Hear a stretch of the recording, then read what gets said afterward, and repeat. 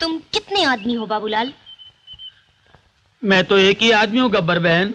मेरा मतलब है इस घर में नौकर कितने हैं? अभी बताता हूँ बेबी।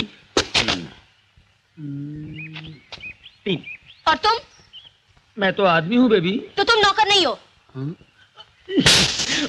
वो क्या है कि साहब मेरा इतना ख्याल रखते हैं कि मैं तो भूल ही गया कि मैं नौकर हूँ।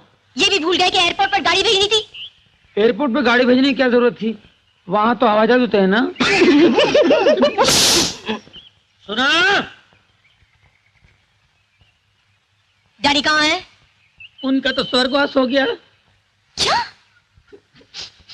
हेलीकॉप्टर पे जा रहे थे, उनको ठंड बहुत लग रही थी, हेलीकॉप्टर का पंखा बंद कर दिया तो दुनिया से लथपथ हो गए। तुम किसकी बात कर रहे हो? मेरे बाप की।